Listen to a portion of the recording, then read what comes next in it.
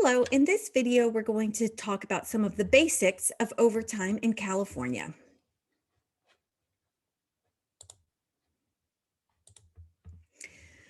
For your average employee working in an office environment, there are some exemptions for other types of employees, like those working in agriculture.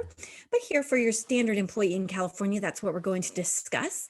If they work over 8 hours in a workday or over 40 hours in a work week, they're entitled to 1.5 times the regular rate of pay, which we commonly refer to as overtime.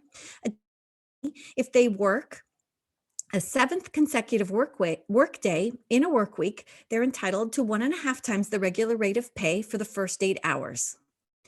An employee is entitled to double time, 2 times their regular rate of pay, for any hours worked over 12 in a workday, or any hours over 8 worked on the seventh consecutive workday in a work week. Now, employers are able to set their own work week, so that should be an employee handbook, for example, which would define the work week as Sunday through Saturday or Monday through Sunday, and then the hours of that. Often the work day starts at 12 o'clock a.m. and then runs to 11:59 p.m., but that can also be defined by the employer, and that's how overtime is determined. So here's an example of counting overtime. This employee didn't work Sunday, but they worked 10 hours on Monday. Because they worked 2 hours over 8, they end up at overtime at 1.5 times the regular rate of pay for 2 hours on that day. Then they work 8 hours on Tuesday and 14 hours on Wednesday.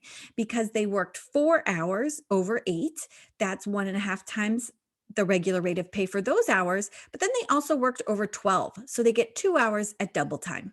Then they worked 8 hours Thursday, 8 hours Friday, for a total of 48 hours this week, 6 of which are paid at 1.5 times the regular rate of pay, and 2 of which are paid at the double time. Now, this example indicates weekly overtime. So once you get over 40 hours in a week, the employee is entitled to overtime pay. So here the employee doesn't work Sunday, but they work 10 hours on Monday, which is 2 hours of daily overtime. Then they work 8 hours Tuesday, Wednesday, Thursday, and Friday. But this employee also ends up working a 6th day, and they work 6 hours on that 6th day. So when we're talking about weekly overtime, we count the number of hours worked, number of regular hours worked during the week. So this employee worked 40 regular hours by the end of the day Friday. So everything they worked on Saturday was more than 40 regular hours. So that ended up being 6 additional hours. So down here, I've indicated that with the 2 plus 6, 2 daily hours for Monday plus 6 weekly hours. One of the very confusing topics in California is how to pay the regular rate of pay. So it's not just the hourly rate times 1.5 or times 2 for some employees, because it includes a calculation of all types of pay that an employee receives, which could be hourly pay, shift differentials.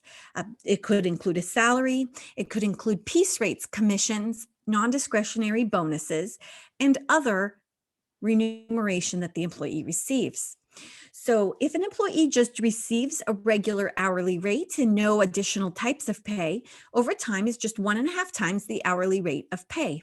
If the employee is paid at multiple rates of pay, for example, they're paid $12 an hour for daytime hours, but they're paid $14 an hour for nighttime hours, then you have to apply this calculation to determine what the overtime premium pay is.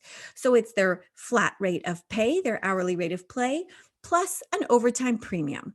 So you divide total for the work week divided by total hours worked. You multiply that by 1/2 times the overtime hours worked, and that's the premium that is paid on top of the total flat hours paid. So if this person, for example, worked 45 hours in the week, it would be their total earnings divided by 45 hours.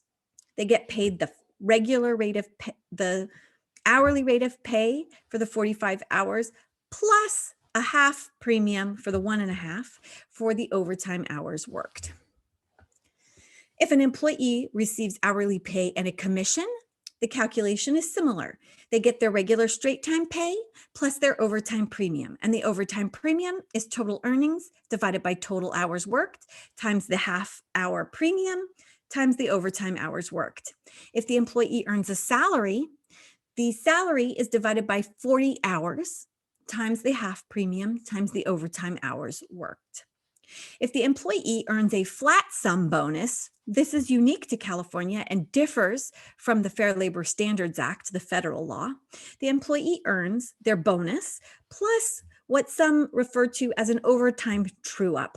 So you take the amount of their bonus, you divide by the non-overtime hours worked during the period in which the bonus was earned, and then you multiply by that by 1.5 and add it to the bonus. So for example, you would have the bonus of $100 on the pay stub. If that was a $100 bonus for having no safety incidents in the month of December, that employee would have $100 bonus divided by the total hours worked in December times 1.5. And they would have 2 line items on their pay stub for the bonus and then the overtime on the bonus.